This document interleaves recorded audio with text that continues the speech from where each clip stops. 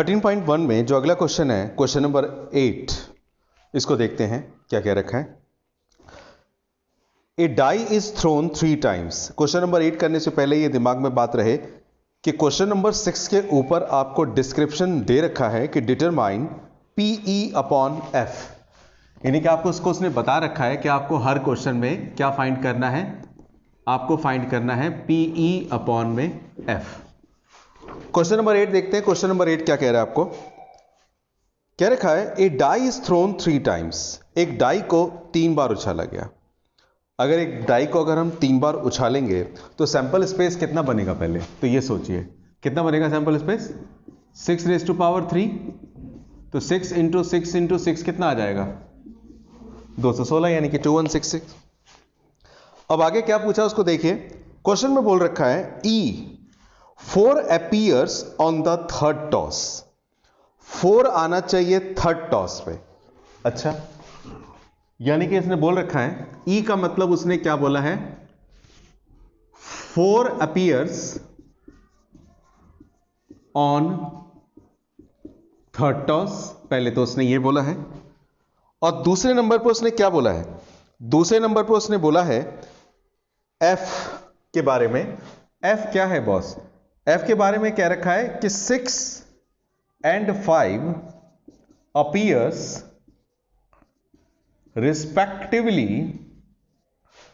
on first 2 tosses। मतलब क्या, इसको जरा ध्यान से समझना होगा। एक बात सोचिए, एक डाई को आपने 3 बार उछाला, first time, second time, third time. पहली बार जब आप उछालेंगे तो पहली बार उछालने पर आपको 1 2 3 4 5 6 में से कोई नंबर मिलेगा। दूसरी बार भी 1 2 3 4 5 6 में से कोई नंबर मिलेगा, और तीसरी बार भी 1 2 3 4 5 6 में से कोई नंबर मिलेगा। अब उसने पूछा क्या है क्वेश्चन में, वो समझिए, उसको जरा गौर करते हैं। सबसे पहले उसने कहा है क्वेश्चन में कि E क्या है, E 4 appear on the third toss, मतलब तीसरे वाले टॉस पर 4 आना चाहिए। मतलब पहले वाले टॉस पे जो मर्जी आए, दूसरे वाले टॉस पे जो मर्जी आए, लेकिन थर्ड टॉस पे हमेशा क्या आना चाहिए बॉस, 4 ही आना चाहिए। अब मैं आपसे पूछता हूं, ऐसे कितने इवेंट बन सकते हैं कि जिसमें थर्ड टॉस पे 4 हो, तो गौर कीजिएगा जरा। पहला हो सकता है जैसे 1 1 4, 1 2 4, 1 3 4, 1 4 4, 1 5 4, 1 6 4, कितने हो गए, 6 हो गए। अब इसी के बाद 2 से स्टार्टिंग करेंगे तो 2 1 4, 2 2 4, 2 3 4, 2 4 4, 2 5 4, 2 6 4, 6 इसके भी हो गए। इसका मतलब कुल मिला के कितने हो सकते हैं, 6 6 6 6 6 6, टोटल कितने हो जाएंगे बच्चों, 36 होंगे। ये कम होंगे या उससे और ज्यादा भी हो सकते हैं, 36 ही होंगे, क्योंकि इसको तो काउंट करने की जरूरत नहीं है, इसके लिए एक फिक्स नंबर है। थर्ड टॉस ऑलवेज क्या एग्जिबिट करेगा, क्या दर्शाएगा, क्या दिखाएगा, 4 दिखाएगा। पॉसिबिलिटीज जो चेंज होने की हो सकती है फर्स्ट और सेकंड पे हो सकती है। तो मैं लास्ट बार बोल रहा हूं दोबारा से, 1 1 4, 1 2 4, 1 3 4, 1 4 4, 1 5 4, 1 6 4, 6 हो गए। फिर ऐसे 2 से स्टार्ट करेंगे, फिर 3 से। तो इसका मतलब अगर मैं डायरेक्ट आपसे पूछूं कि NE में इतने सारे लिखने की जरूरत नहीं है, NE में कितने एलिमेंट होंगे, तो आप क्या बताएंगे, 36 बताएंगे, पक्का जी। अच्छा, दूसरे नंबर पे सुनिए क्या कह रखा है। दूसरे नंबर पे उसने बोला है कि 6 and 5 appears respectively on the first 2 tosses। मतलब पहले टॉस पर 4, सॉरी पहले टॉस पर 6, पहले टॉस पर 6 और दूसरे टॉस पर 5, दूसरे टॉस पर 5 आना चाहिए। फर्स्ट टॉस पे 6, दूसरे टॉस पे 5 आना चाहिए। मतलब क्या हुआ, मतलब ये हुआ 6 5 1, 6 5 1, 6 5 2, 6 5 3, 6 5 4, 6 5 5, 6 5 6, हाँ या ना। यानी कि इसमें कोई चेंजेस नहीं, इसमें कोई चेंजेस नहीं, चेंजेस अब यहां पे हो रहा है। तो आप बता सकते हैं इसमें कितनी पॉसिबिलिटी होगी, 6 5 1 1, 6 5 2 2, 6 5 3, यानी कि इसकी जो पॉसिबिलिटीज होगी वो होगी कुल मिला के 6। अच्छा क्वेश्चन है ये। अब मैं आपसे पूछता हूं, जरा सोच के जवाब दीजिए, इन दोनों में कॉमन कितने एलिमेंट्स हो सकते हैं, कॉमन। तो देखिए कॉमन क्या लगता है आपको, क्या कौन सा एलिमेंट कॉमन होगा, कितने होंगे, 1 ही होंगे, ये ज्यादा होंगे, भाई 36 में कौन सा था? जब E की बात करी तो E में क्या था? 114, 124, 134, फिर 214, 314, 324, 334, फिर ऐसी 414, फिर ऐसी 514, ऐसी 5 के बाद जब 6 से स्टार्ट हुआ होगा तो 614, 624, 634, 644, 654 आया होगा, 654 आया होगा। किसकी बात कर रहा हूं मैं? E की। और F में क्या था? F में तो उसने साफ ही बोल दिया था कि पहले पे 6 होना चाहिए, दूसरे पर 5 होना चाहिए, मतलब 651, 652, 653, 654, 655, 656। अगर मैं आपसे पूछूं तो इन दोनों में केवल एक एलिमेंट कॉमन होगा, और जो कॉमन एलिमेंट होगा वो कौन सा होगा, उसका नाम बता सकते हैं आप? 654 एक कॉमन एलिमेंट होगा। बस समझाने के लिए बता देता हूं कि 65 इन दोनों में कॉमन एलिमेंट 654 होगा, लिखने की भी जरूरत नहीं है। तो कितने कॉमन एलिमेंट हो गए? 1 हो गए, है ना। और NS कितना है? NS 216 है। अब सबकी प्रोबेबिलिटी निकालेंगे। अच्छा, एक बात मैं पूछता हूं, अगर मैं आपसे पूछूं कि PE क्या आ रहा है, तो PE का मतलब NE अपॉन में NS, यानी कि 36 अपॉन में 216। अच्छा, ऐसे अगर मैं आपसे PF पूछूं तो PF क्या होगा? PF पहले लिख देता हूं फॉर्मूला, NF अपॉन में NS। NF मतलब अपॉन में 216, और यहीं पे शॉर्ट में जगह कम है तो PE इंटरसेक्शन F क्या होगा? सीधा 1 अपॉन में लिख दूं? आपको निकालना है PE अपॉन में F, तो ये क्या होगा?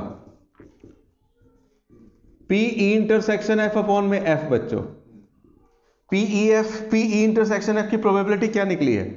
1 अपॉन में 216, और PF की वैल्यू 6 अपॉन में 216, तो कैंसिल हो गया, क्या बचेगा? 1/6। लेकिन मुझे ये तो आंसर आ गया, खत्म हो गया, लेकिन एक बात और बतलानी है इसमें। एक बात समझिए, शायद मैंने बताया था कि नहीं, जैसे PE अपॉन में F लिखा है, तो PE अपॉन F को आप क्या लिखते हैं ऐसे? PE इंटरसेक्शन F अपॉन में PF लिखते हैं आप? ठीक है। अच्छा, एक बात मैं पूछ रहा हूं, PE इंटरसेक्शन F का मतलब क्या होता है? कैसे निकालते हैं आप PE intersection F? NE intersection F upon में NS करके निकालते हैं, है ना। और PF कैसे निकालते हैं? PF निकालते हैं NF अपॉन में NS करके। अब NS से NS कैंसिल हो गया, तो इसका मतलब डायरेक्ट मैं ये भी तो लिख सकता हूं क्या, कि PE अपॉन में F होता है N इंटरसेक्शन F अपॉन में NS। NE इंटरसेक्शन F क्या आया? ओ सॉरी NF। तो NE इंटरसेक्शन F क्या आया? 1, और NF कितना है आपका? 6। आंसर डायरेक्टली वही आ जाएगा, हाँ है ना। यानी कि आगे से आप चाहें तो ये वाले प्रोसेस से आप, ये जो प्रोबेबिलिटी निकालने वाला जो प्रोसेस है, इस प्रोसेस से आप बच सकते हैं। डायरेक्ट आप PE अपॉन F का मतलब इन दोनों का इंटरसेक्शन N के साथ, और इन दोनों डिनोमिनेटर का N नीचे एज इट इज जैसे नॉर्मली होता है, मतलब N इंटरसेक्शन F अपॉन में NF करके करेंगे तो अभी आपका आंसर आ जाएगा। ये क्वेश्चन नंबर 8 है हमारा। कोई डाउट है तो बोलिए इसमें। क्वेश्चन नंबर 10 है 13.1 में आगे। A black and a red dice are rolled. एक ब्लैक डाई और एक रेड डाई को हमने रोल किया। पहली बात तो चाहे वो डाई ब्लैक हो चाहे रेड हो, सैंपल स्पेस तो वही आएंगे 36, क्योंकि कलर चेंज हो सकता है, नंबर तो डाई पर वही रहेगा 1 2 3 4 5 6 जो भी है। अब वो पूछ रहा है, पहला पार्ट मैं बता रहा हूं, उस पहले पार्ट को ध्यान से देखिएगा, दूसरा आप खुद ही ट्राई कीजिएगा। Find the conditional probability of obtaining a some greater than 9। यहीं तक रुकिए। Find the conditional probability of obtaining, आपको कंडीशनल प्रोबेबिलिटी बतानी किस चीज की? ऑब्टेनिंग आए, क्या आए? सम आए। कितना? Greater than 9। सम जो आए बच्चों ग्रेटर देन 9 आए, 9 से ज्यादा सम आए, comma given that the black die resulted in a 5। हैं जी जी, क्वेश्चन नंबर है ये 10, और 10 का भी पार्ट फर्स्ट है। देखिए, दो तरह की डाइस के बारे में बात करी है। ये है आपकी ब्लैक डाई और एक है मान के चलिए रेड डाई। आप जब इसको उछालेंगे तो इसमें कौन सा नंबर आएगा? 1 2 3 4 5 6 में से कोई नंबर आएगा, इसमें भी 1 2 3 4 5 6 में से कोई नंबर आएगा, सीधी सी बात है। अब हुआ क्या, क्वेश्चन जब हमने शुरू करी इस एक्सरसाइज को, तो शुरू में मैंने बताया था कि इस चैप्टर में, इस टॉपिक में जो कंडीशनल प्रोबेबिलिटी है, आपको ये याद रखना है कि जो फाइंड वाला हिस्सा है उसे ऊपर और जो गिवन वाला हिस्सा है उसे कहां लिखते हैं? नीचे। फाइंड ऊपर, गिवन नीचे। तो सबसे पहले क्वेश्चन में दिया क्या है उसको देखिए और क्या फाइंड करना है। तो फाइंड वाली लाइन पहले लिखी है कि find the conditional probability of obtaining a sum greater than 9। तो मैं यहां पे पहले लिखूंगा बच्चों कि let E be the event of obtaining sum greater than 9। हमारा सम 9 से ज्यादा है, उसको मैं डिनोट कर रहा हूं ई से, और कॉमा डाल के क्या लिखा हुआ है? Given that black die resulted 5। Black dye पर 5 होना चाहिए, मतलब F B the event of obtaining black die resulted 5। दोनों को जरा समझते हैं ध्यान से। आपको पता है दो डाई को अगर हम सम करें तो मिनिमम सम कितना आ सकता है? मिनिमम सम अगर दोनों पे आएगा तो 1 और 1 2 आएगा, और मैक्सिमम सम कितना आ सकता है? इससे ज्यादा सम नहीं आ सकता, सीधी सी बात है। ई का मतलब वो किसकी बात कर रहा है बच्चों? सम 9 से ज्यादा आना चाहिए। बस 9 से ज्यादा सम क्या क्या हो सकता है? 9 से ज्यादा सम हो सकता है 10, 11, 12। इससे ज्यादा हो सकता है पॉसिबल? नहीं। 9 से ज्यादा 10 हो सकता है, 11 हो सकता है, 12 हो सकता है। तो सोचो 10 कैसे कैसे आ सकता है आपका? 10 आ सकता है बच्चों 6 4 4 6 करके, 5 5 करके 10 आ सकता है। 5 के इसके बाद क्या कहते हैं, 10 के बाद 11 कैसे कैसे आ सकता है? 6 5 5 6 करके। और 12 कैसे आ सकता है? अच्छा, इसके बाद F की बात करते हैं। ब्लैक डाई पर क्या होना चाहिए? अच्छा एक बात सुनिए बॉस, ब्लैक डाई कौन सी ये है? ब्लैक डाई पे 5 होना चाहिए। ब्लैक डाई पे 5 होने का क्या मतलब हुआ? रेड पे जो मर्जी हो, ब्लैक पे 5 होना चाहिए, मतलब 5 1 5 2 5 3 5 4 5 5 5 6। मतलब क्या हुआ? 5 1 5 2 5 3 5 4 5 5 5 6। तो कॉमन कौन सा हुआ इसमें से? 5 5 5, हाँ 5 5 5 6, ठीक है। अच्छा अब एक बात सुनिए, एन ई में कितने एलिमेंट हैं? 6, 1 2 3 4 5 6। एन एफ में भी कितने एलिमेंट हैं? 6। और एन ई इंटरसेक्शन एफ में? अब मुझे बताइए मैं यहां पर P अपॉन में F लिखूं या F अपॉन में E लिखूं? पहले यहां पर E अपॉन F या F अपॉन में E, ये सोचना जरूरी है।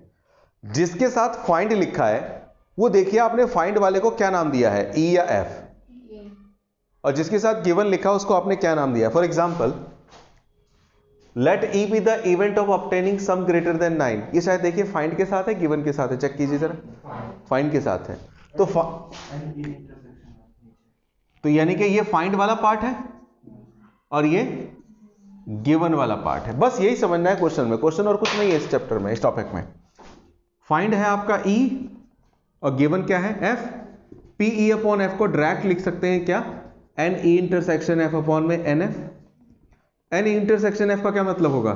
N E इंटरसेक्शन आपने बताया ना, अरे निकाला नहीं था मैंने सही। N E इंटरसेक्शन F आपका कॉमन 2 एलिमेंट आए थे, तो ये क्या आ गया 2, और NF का मतलब 6, दैट इज 1/3, है कि नहीं? ये आंसर आ गया। सेकंड पार्ट कैसे होगा बॉस? सेकंड पार्ट में क्या क्या रखा है? सेकंड पार्ट मेरे ख्याल होना चाहिए आपसे, find the conditional probability of obtaining the sum 8 given that red die resulted in number less than 4। हो सकता है मेरे ख्याल, कोशिश कीजिए जरा आप भी। क्वेश्चन नंबर 11 है, a fair die is rolled. एक डाई को हमने उछाल दिया, जब एक ही उछाला है तो इसका मतलब इसका सैंपल स्पेस क्या बनेगा? 1 2 3 4 5 6, यही बनेगा बस।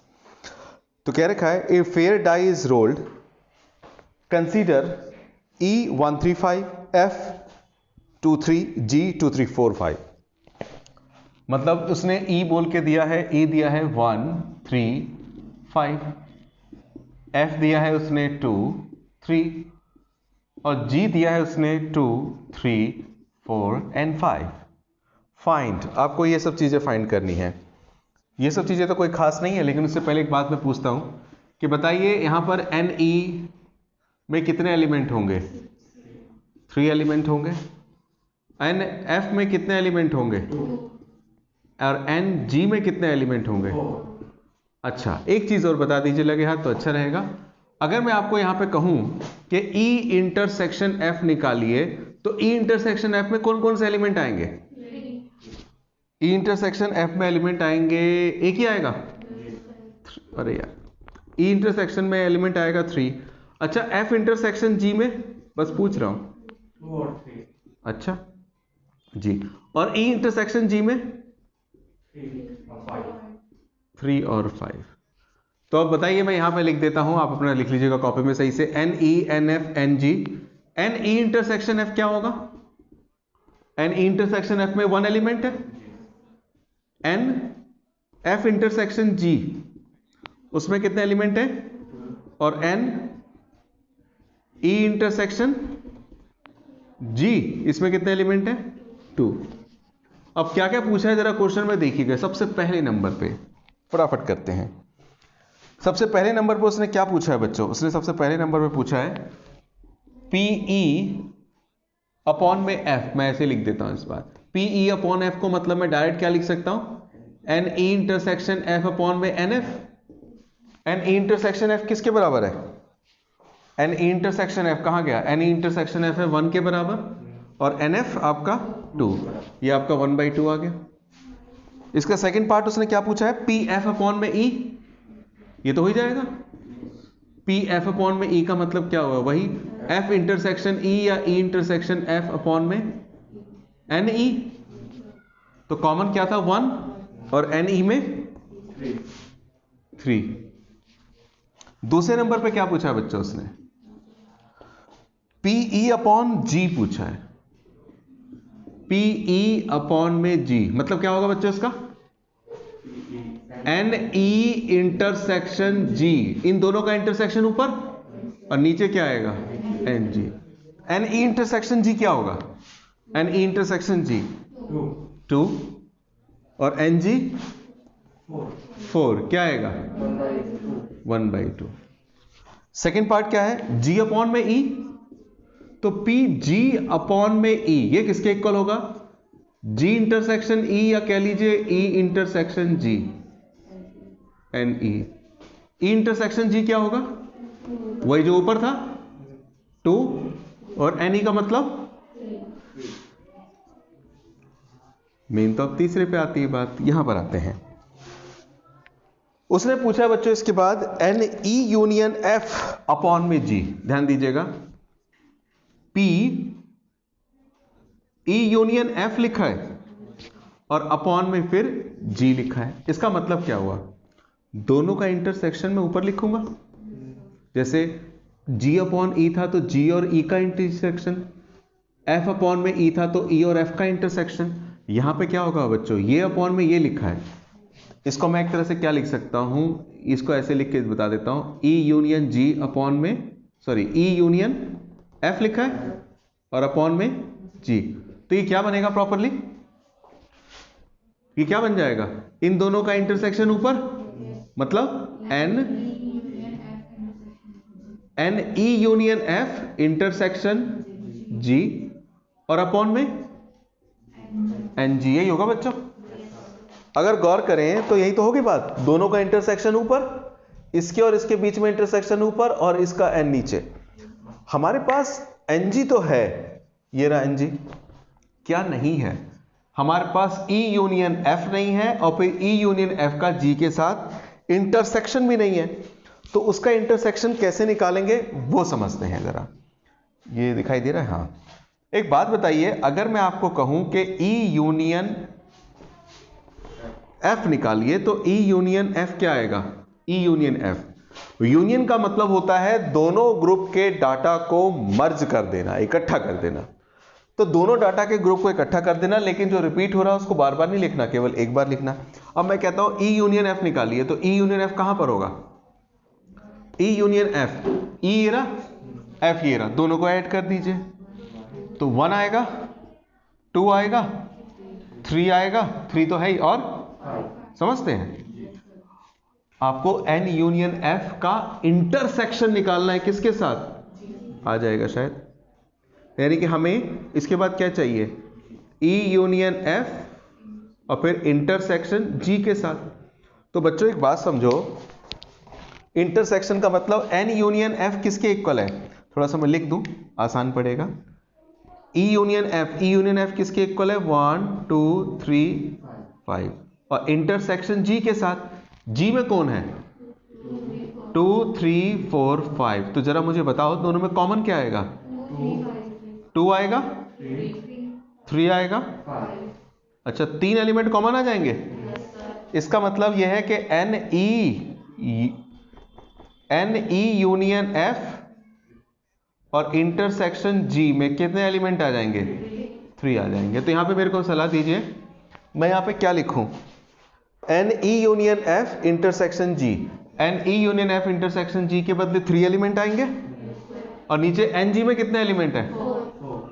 4 है। तो आपका आंसर आ जाएगा 3/4। और दूसरा पार्ट तो मैं आपसे ही करवाऊंगा, जरा कोशिश करें। अगर सेकंड पार्ट में उसने पूछा क्या है? सेकंड पार्ट में उसने निकालने के लिए बोला है बच्चों, क्या बोला है उसने? ई इंटरसेक्शन एफ अपॉन में जी, मतलब ई इंटरसेक्शन एफ ऊपर रहेगा और जी नीचे रहेगा।